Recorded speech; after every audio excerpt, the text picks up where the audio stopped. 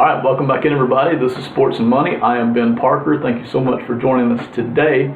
This is the second installment in a series about the college basketball scandal of the FBI investigation. They're looking at Nike, Adidas, several top schools and universities, several assistant head coaches, several head coaches, financial institutions, runners, go-betweens, etc. The list just seems to go on and on. We'll find out more about who's involved as the investigation continues to roll out. I want to answer one major question, which is really at the heart of this whole scandal.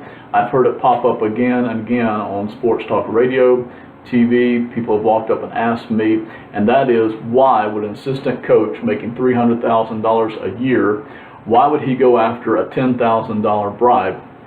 Why would he risk such a high salary? And in some cases, the $300,000 for some of these assistant basketball coaches is even higher, up around the $600,000 or $700,000 a year mark, depending on the job and the school. Why would they risk that over such a really small, insignificant amount of money, $10,000?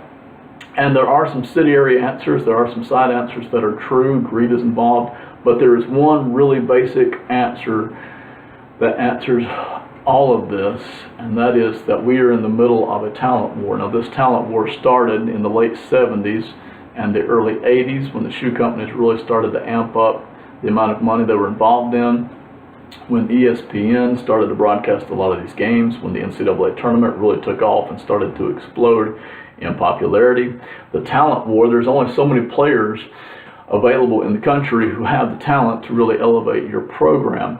Now, if you're an assistant coach at a school and you don't get a certain number of these players to your school every single season or every other season, the answer is that your job is going to disappear. If you don't get that talent into your school, if your head coach that you're working for doesn't rack up the wins and starts accumulating losses or even has a 500 record, not only is he going to be fired, but you're going to lose your job as well.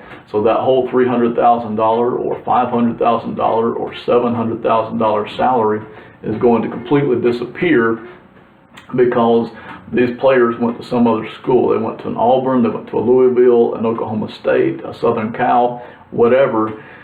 If those players don't come to your school, if you don't get enough of them, your wins go down, your losses go up, your head coach that you're working for gets fired, that $300,000 contract that you're looking at goes completely away, and as well does those $10,000 bonuses. And that's an important point to understand, because at the heart of all of this is the central question: why would this go on? And the simple answer for that is that if they don't continue to get in the talent flow, they believe that those players will go somewhere else. They will lose their jobs ultimately. Now, there certainly are people out there who are not taking these bribes, but if you want to know why these people are taking these bribes, it's because they believe that they are going to lose their jobs if they don't continue to get that talent in. So thank you so much for being with us. We'll see you next time on Sports and Money.